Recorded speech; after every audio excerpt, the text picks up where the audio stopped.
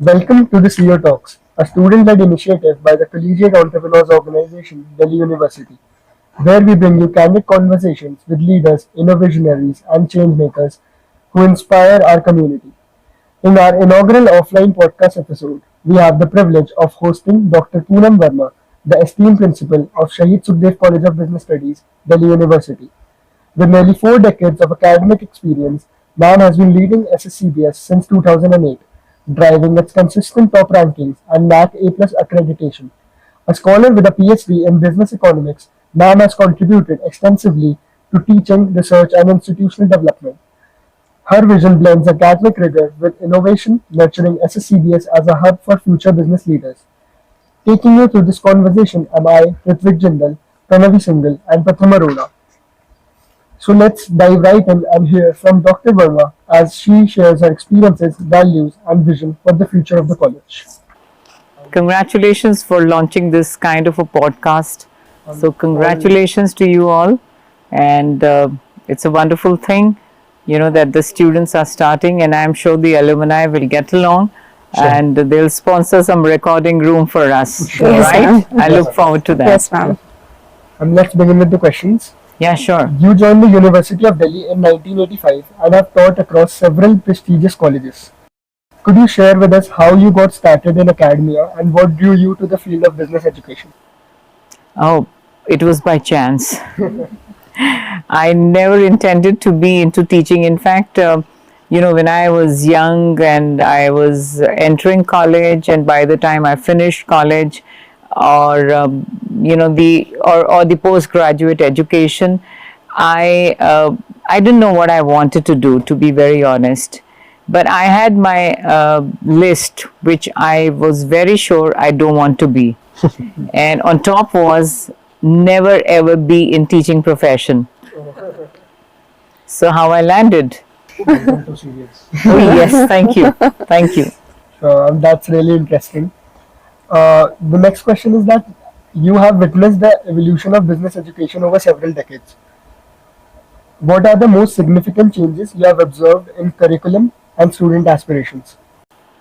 Student aspirations have been changing very fast, and that's the reason why we've been evolving the curriculum as well. So it has been a two-way process.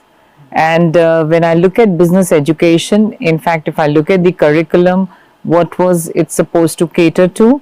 And today when I see, there is a huge change. And that change is, initially, this college had started in 1987 with, catering to the needs of the corporate world, but filling the gap above the supervisory level and below the junior level management. So that was the gap that initially it was. But I am not surprised, because the way we have evolved the curriculum, now you guys are getting the kind of jobs that even the IIM graduates are landing themselves. Front-end consulting, investment banking, these are few of the areas that our students have gone in. So, and why it has happened is also because of the fact that we've been very responsive. Whenever the recruiters came in, we always would sit down and chat with them and understand that what more can we do? And that's where the syllabus was refined, the pedagogy was also changed, and also, the annual examination system to the semesterization, happened in 1990, 2 decades earlier than when the university adopted. We were the pioneers to hold an entrance exam for the entry level. And today, with NEP, we have all undergraduate programs have to go through the CUET. So we've been pioneers in all respects. Yes, ma'am. Not just corporates, we have entrepreneurs excelling. Absolutely. So this was just the beginning. Why today you will see the entrepreneurs here. You will also see that this institution is breeding the entrepreneurs. The ideas are coming in not just in the classrooms, or we're not even feeding that. It's happening outside the classrooms, in your canteens, in those and in all the corners of the college that I can see, you guys are discussing your ideas. So you're churning out ideas. So this kind of a change that's happening is a result of the hard work that the faculty do with the students, and the students inspire us to even work harder. And that's really insightful, whatever you told right now. Moreover, the networking opportunities and the alumni support this college provides in such a short span of time is commendable. Yeah, 39 years, and you have, we are at a level where even 100 years educational institutions may be at the same level, but today we are a preferred choice of the student community. Exactly. And your scholarly work, particularly your research on the impact of personal policies on public sector enterprises, is widely recognized. How has your research influenced your philosophy and approach as a principal and as an administrator? You see, my study was on the personnel system, and one thing I realized, especially after having come into the administrative position, that people are the core for any kind of a change, any kind of a policy, and for the success of any organization. So it has to be, people are the core. So when I look at the organization in the context of our college, is the students, is the teachers, is the staff. So whatever policies you may frame, you have to keep them in mind. Only then can you succeed and excel. Yes. As a recipient of the Fulbright Nehru Fellowship, how did your exposure to international academic practices shape your vision for SSCBS and influence your leadership style? When I, through this program, Fulbright, what I came across was the kind of freedom of speech the student community have. That was indeed wonderful, and the kind of facilities, these institutions gave to the students. And obviously, it also helped us that we could build up the collaborative relationships. But of course, the unfortunate part so far had been that the University of Delhi hadn't encouraged any kind of a asked set of students going and studying abroad and recognizing the credits that they could earn. But yes, thanks to the NEP, we have it now in place, but it's going to take little time in the execution. So what I learned was let the students have their voice, and the kind of freedom that these students experience there, I try to give in here. And the interdisciplinary approach in the education that needs to happen, that is an exposure that I got, and I try to, do a bit in our college. These are the two aspects that actually widened my perspective.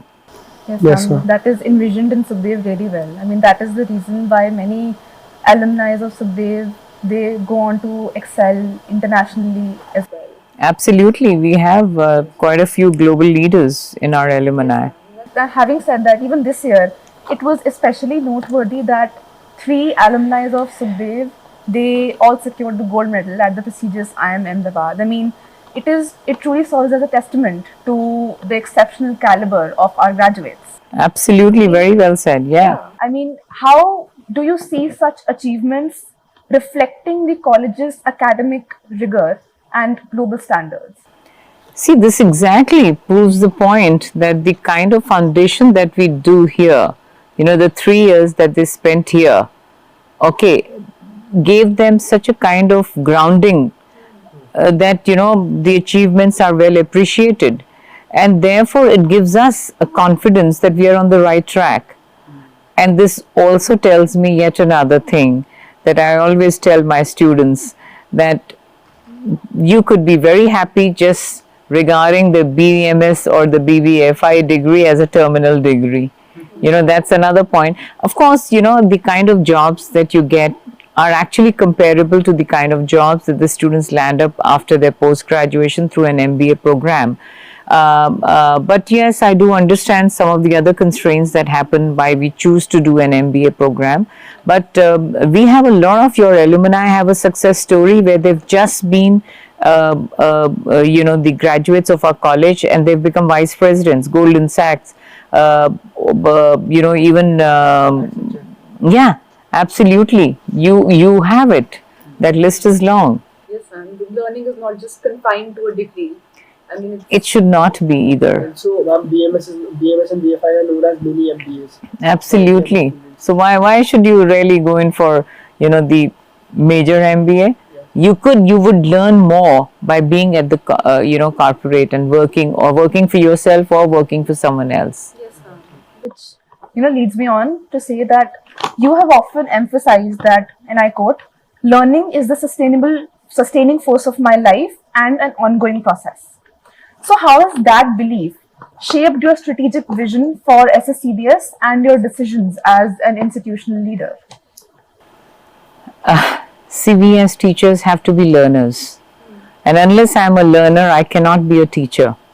And specifically in today's context where the world is changing so much, changes are happening so fast, I won't be surprised if this degree, and which I very often tell our students, especially the first years, that if you just get this degree, it's not going to take you anywhere. There's much more that you need to learn. So what we are trying to do with you as students is that we want to inculcate an attitude to learn. If that is there, you will succeed anyway. Yes, ma'am, that's very true. And I mean, you being in academia for so many years, I mean, you must have seen so many generations of SSCBS students pass through these doors. What is the biggest shift in entrepreneurial mindset of students that you have observed over the years? This generation is more enterprising. Now, why it is more enterprising is because they need more autonomy. Okay? They need my space, my time, my way. So, which in a way is good, because in any case, I always feel that, the evolution that happens with us as individuals, I go through the Maslow's need hierarchy theory. You guys are sitting on our shoulders.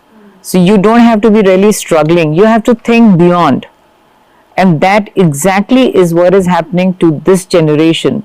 The kind of network of alumni that you have and what your learnings that flow through, besides of course what you learn in the classrooms, is also flowing through the alumni network.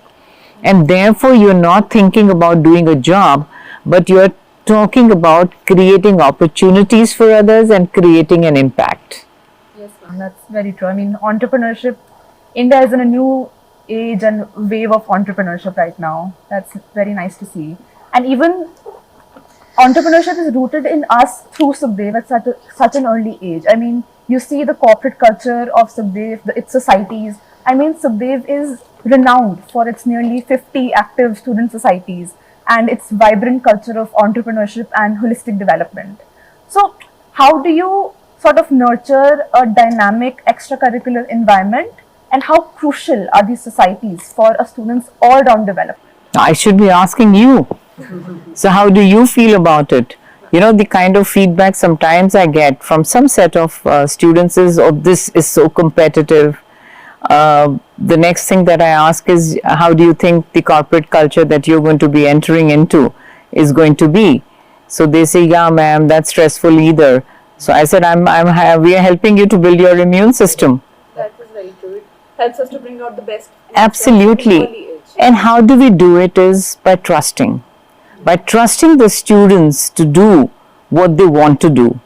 And thankfully, the teachers who are also working hard with you are the ones who actually encourage. Okay, so this kind of a platform that we provide you through these societies is your hands-on experience that you need, because teaching in the classroom is not enough unless you really apply these, right? Yes, ma'am. Like, just building on that, even last year we did a project with some startups as well, and it really sort of showed us what real world groundwork looks like at an actual startup or at an actual company. Absolutely. See, this is, and I always feel that, your learnings are not within the four walls. Your learnings are outside the four walls. So I would say we're living in a borderless world. Our learning is happening in a borderless world. So that's the way it has to be. And even in today's environment, it is so dynamic that every few years changes are coming up. Every 6 months, I wouldn't even say. Look at the way the AI is getting into our lives. Yes, ma'am, that is Exactly. so true, and it really helps us to get a hang of how to sort of evolve the company's directions towards that direction, which will help them to grow in a dynamic world. So, with artificial intelligence and new age entrepreneurship reshaping careers, how do you envision undergraduate business students evolving in the coming years? You have to embrace AI, but then not be addicted to it. That's always my caution. Balancing between knowing and getting addicted is what you really need to do. And therefore, your attitude to learn is going to be most important rather than getting those high grades. So you have to work upon that. Learn new things, and not just have a quick fix kind of a solution to your problems. That will never, it will not, if it fixes quickly, it is going to come out also quickly. So if knowledge has to remain with us, then you have to gradually work upon. Okay, it's like I always say cooking. If it's it's worked upon on a slow fire, then the taste remains. So this is what we really need to do with knowledge as well. Yes, ma'am. Exactly. And in a culture that kind of glorifies hustle, we sort of forget why we actually want to learn. We learn in order to gain knowledge, because that is what will help us, come forward in the actual corporate world or even in entrepreneurship journeys. Absolutely, I fully agree on that. Yeah. Now, the next question is quite like every other listener of this podcast will be looking forward to you answering it. Like, for the students navigating self doubt and failures, especially the budding entrepreneurs. So, what heartfelt advice do you offer to them about navigating failures and any kind of self doubt about their ventures and all? Failures are the best education and the best learning that you can ever have. So this is where, and see, what is most important in today's time is that yes, one, embrace these failures, and then the resilience, bounce back. That is what is most important, and what we people around us have to is cheer up for your failures rather than for our winnings. That's for the people around us, and take those failures as the learnings in life. That's going to stay with us most. It's happened with me also. The kind of challenges that I faced in my administrative journey, that made me stronger. I became more effective because of those challenges, those problems. I mean, they were a kind of a failures for me. So like they say, ECG में अगर आपकी straight line आ रही है, तो there's no life. It has to have these. It needs to have that kick. Absolutely. I believe failures also makes us sympathetic and helps us to put ourselves in others' shoes. And Absolutely. Only when we go through that struggle will I realize what it means to be. So, these initial phases in our lives actually make us more strong. We can be more responsive. So this is a very important And aspect. even the failures, only if failures happen, then only we'll learn to appreciate the success. Absolutely. Very true. Yes. Very true. And another question is how you imagine SSCBS 10 years from now?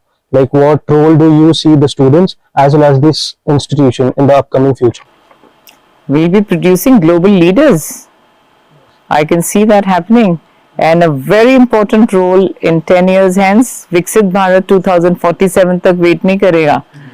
2025 के बाद 35 में आप देखेंगे we will be the Harvard of East. That is the Harvard Business School of East.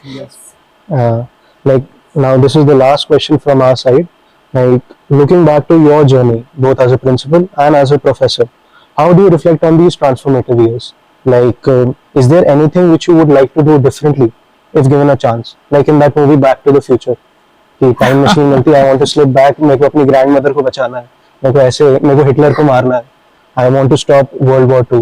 Like considering your tenure as a principal, as a I professor think as well. I have evolved myself. The institution has grown, and whatever context it was, you know, we really, so like we said, we had certain setbacks, certain failures, but then we become more strong. Now, the only thing that I wish we could have had earlier is certain collaborations. If the university accepted our students going in for one semester abroad, Exchange studying and programs, then yes. coming back. That's the only regret that I have. If our education system provided us that. As you mentioned before, also we already have some exchange programs enrolling. We do. I mean, the foreign students do come and study here even for a semester. But the only problem with us was that our students don't go, because even if they go, then the credits that they earn are not recognized here. But this would begin in a year's time for sure. Yes, sir. So this is the only thing that I regret, but I'm very happy the way we have grown, and I'm very happy for each one of you. Yes, and we are really looking forward to those exchange programs. Yes, Yes. sir. Absolutely, so am I. Now it brings us to the end of the episode, and it was lovely hearing from you about your journey, your wisdom, and your vision for SSCBS. And we are quite grateful for you, for your openness and your willingness to let us know about you beyond your role as a principal. Your insights will truly stay with us and for the upcoming CBSites. And thank you once again. And this will be the end of our podcast session, and we'll see you with the next one. Thank you very much, and I wish you Godspeed for all what you do, and always remain SSCBSites. Thank you Okay? so much. Thank you. Forever. Right.